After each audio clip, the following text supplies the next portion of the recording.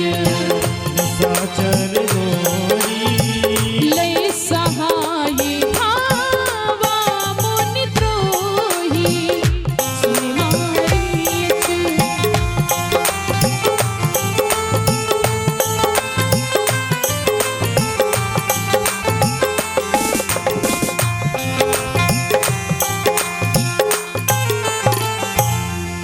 गुरु विश्वामित्र जी सज्जनों जैसे अपने यज्ञ को आरंभ करते हैं ना, उस यज्ञ को विध्वंस करने के लिए दानव लोग, राक्षस लोग, जितने भी राक्षस थे गुरु विश्वामित्र जी के यज्ञ को विध्वंस करने के लिए आने लगे। और उस यज्ञ को विध्वंस करने के लिए सब लोग शांत हो जाइए। आप लोग बातें ही करते रहोगे तो कथा हो नहीं पाएगी। अरे माता जी कैसे कहें आप लोगों में, आप लोग बातें करते मन बढ़ जाता है। सब लोग शांत बैठिए। बोली सच्चे दरबार की जय। सुन मारीच निशाचर क्रोही ले सहाय आवा मुनि द्रोही। और जब मामा मारीच को भगवान श्री राम ने देखा तब बिन फर बाण राम ते ही मारा, सत्य जो जन गा सागर पारा। वो जो बीच में समुद्र था ना वो 7 योजन का था। और श्री राम ने ऐसा बाण मारा है ना जो भी बिना फर के है। और लंका का मामा मारीच 7 योजन का सागर पारा, 7 योजन समुद्र को पार करके उस पार गिरा। और मानीच नीच को गिरा दिया, क्षण में सुबाह रजनीचर को अर्पण कर दिया अग्निचर को। भगवान श्री राम मारीच का वध करते हैं। और मारीच का वध करने के बाद में गुरु विश्वामित्र जी की यज्ञ संपूर्ण हुई। अब गुरुदेव को किसी भी प्रकार का भय डर नहीं है। क्यों? कोई भी कार्य करते हैं तो निश्चिंत होकर के, क्योंकि अब तो रक्षा सहायता के लिए राम लक्ष्मण आए हुए ही हैं। किसी प्रकार का डर नहीं है। अब जरा कथा को सुनिएगा कि माता अहिल्या गौतम ऋषि की पत्नी कैसे पत्थर हो गई, क्यों पत्थर बन गई, इतना बड़ा श्राप क्यों दिया। बहुत कठिन श्राप है कि एक नारी से एक पत्थर हो जाए। क्यों पत्थर बन गई? भक्तों जब यज्ञ संपूर्ण हुई तो गुरु विश्वामित्र जी को पता चलता है कि जनकपुरी में महाराज जनक जी अपने महलों में स्वयंवर रखते हैं। और उस स्वयंवर में दीप दीप के राजा गणों को बुलाते हैं। स्वयंवर का मतलब क्या हुआ?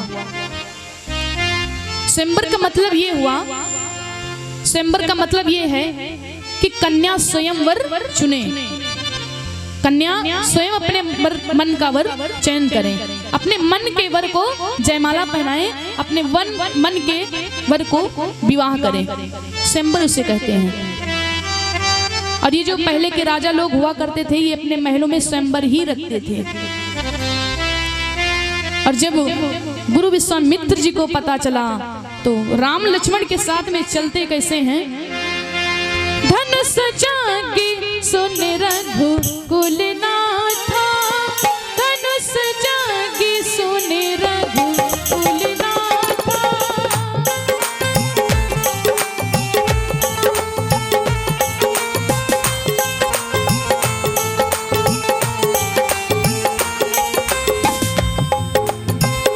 हर से चले मुनि बन के साथा, हर से चले मुनि बन के साथा।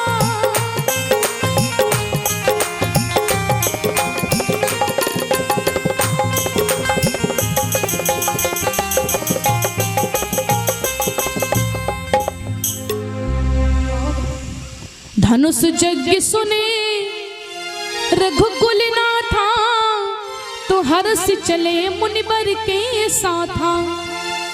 जब गुरु विश्वामित्र जी को पता चला कि विदेहराज जनक महाराज जनक के महलों में धनुष यज्ञ है तो मुस्कुराते हुए चले। और गुरुदेव अब अकेले तो जाएंगे नहीं, क्यों? कहीं भी ये जाएंगे तो राम लक्ष्मण उनके साथ में जाएंगे। किस लिए आए? रक्षा सहायता के लिए आए हैं। धनुष यज्ञ सुने रघुकुल ना था, तो हर्ष से चले मुनिवर के साथ। गुरु विश्वामित्र जी के साथ में राम लक्ष्मण चल देते हैं। और भक्तों चलते चलते चलते चलते भगवान श्री राम उस जगह पर पहुंच गए। स्वामी जी लिखते क्या हैं, चलते चलते वहां जगह ये मिली, छाया न जहां दिखलाती थी।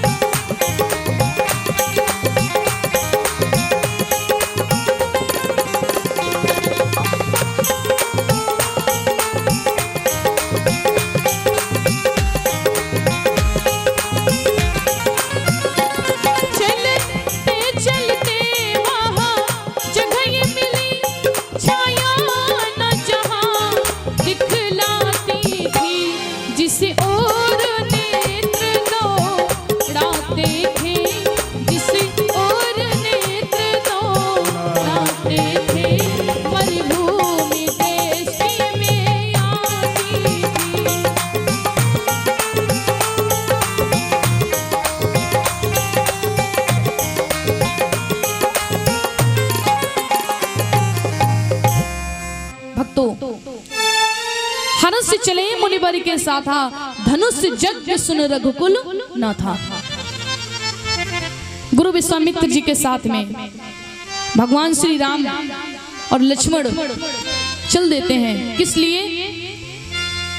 धनुष यज्ञ को देखने के लिए। और चलते चलते चलते चलते भगवान एक ऐसी जगह पर पहुंच गए ना, चलते चलते वह जगह मिली, छाया न जहां दिखलाती थी, जिस ओर नेत्र दौड़ाते थे मरुभूमि दृष्टि में आती थी।